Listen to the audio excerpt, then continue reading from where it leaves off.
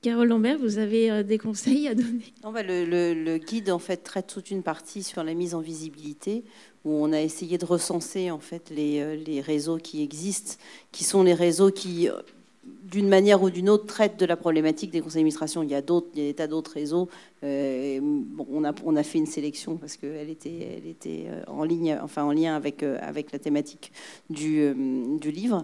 Et la mise en visibilité, elle passe aussi par le fait de prendre la parole, le fait d'écrire, le fait d'adhérer à des associations d'experts, de mise en visibilité type Vox Femina, par exemple, qui est une association qui a été créée pour essayer d'augmenter la part des femmes dans les médias, parce que le problématique de l'absence des femmes, c'est en politique, en économie, dans les médias, hein, c'est partout. Donc c'est en fait de cette façon générale et prendre l'habitude ou s'exposer davantage dans les médias est aussi une bonne façon de... Voilà. Alors, Marc Lamy, les femmes ont une particularité, c'est qu'elles se forment. Oui, enfin, les femmes et les hommes, mais je crois que c'est important. Et les hommes y viennent. Non, c'est important d'avoir une formation d'administrateur. On a créé l'IFA fin 2002, début 2003, et depuis le début, on s'est intéressé à la formation d'administrateur. Puis récemment, on a mis en place avec Sciences Po un cycle de formation, c'est 12 jours et demi sur 6 mois, pour former des administrateurs. Ça, je pense que moi-même, je me suis soumis, alors que je croyais connaître beaucoup de choses sur les conseils d'administration, je me suis soumis à cette formation, et ça me paraît être indispensable. Ce n'est pas la seule, il y a d'autres organisations qui font des formations d'administrateurs, mais ça me paraît important d'acquérir la boîte à outils nécessaire pour pouvoir facilement s'intégrer au niveau du comportement, mais aussi des connaissances dans un conseil d'administration. Et c'est une formation qui me paraît tout à fait indispensable. Sur un certain nombre de sujets que nous avons évoqués tout à l'heure, j'inviterais volontiers celles qui ont envie d'être administrateurs d'aller sur le site IFA, c'est ifa-asso.com,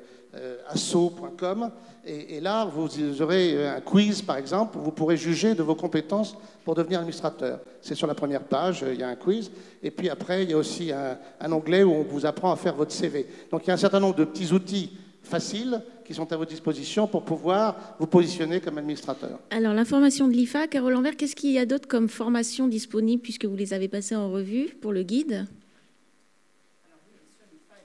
Tout à fait de qualité. On en a recensé en fait 3. Alors 2 qui sont des formations non genrées, qui sont l'IFA et aussi l'INSEAD, qui a en fait un module de gouvernance, l'INSEAD ayant, c'est pas une chaire, mais c'est un équivalent de chaire de corporate gouvernance. Il y a la formation de l'ESSEC, qui a été créée par Viviane de Beaufort, qui, elle, est en fait une formation genrée, donc qui s'adresse aux femmes, et qui est Be European Board Ready, donc qui s'adresse qui s'adresse non seulement aux femmes, mais qui en plus a une perspective européenne. Hélène Vareille, est-ce qu'on a besoin d'un mentor à défaut de formation? Est-ce qu'un mentor est une stratégie intéressante pour justement faire la passation? Pas au sein du conseil, d'une façon générale. Oui. Non, je pense que c'est assez utile, et particulièrement d'ailleurs si le mentor est une femme administratrice qui effectivement peut avoir, elle, un certain nombre d'idées, de contacts à prendre pour pouvoir justement rencontrer des gens qui sont susceptibles d'ouvrir la porte de tel ou tel conseil. Est-ce qu'il y a un intérêt vraiment fondamental pour le déroulé de la carrière ou pour après, hein? On a accès à une partie de la vie de l'entreprise que l'on ne connaît pas quand on est un cadre de l'entreprise, voire même un cadre supérieur. Mais est-ce que véritablement c'est un booster? Alors, mettons à part les chefs d'entreprise, imaginons un salarié, est-ce que c'est un booster pour sa carrière?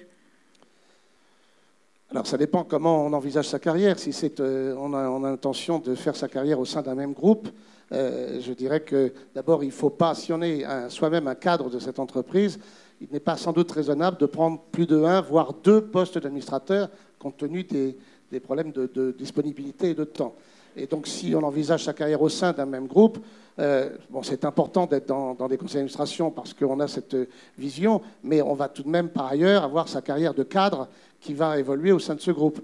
Bon, par ailleurs, on y rencontre des gens qui vont vous repérer, ça vous rend visible, hein, et donc qui vont vous proposer soit d'autres postes d'administrateurs, soit qui vont vous suggérer de venir chez eux pour prendre des responsabilités sans doute plus importantes que celles que vous auriez si vous restiez dans votre propre société. Donc, ça peut être un booster de carrière, très certainement. Merci beaucoup à vous quatre. Merci.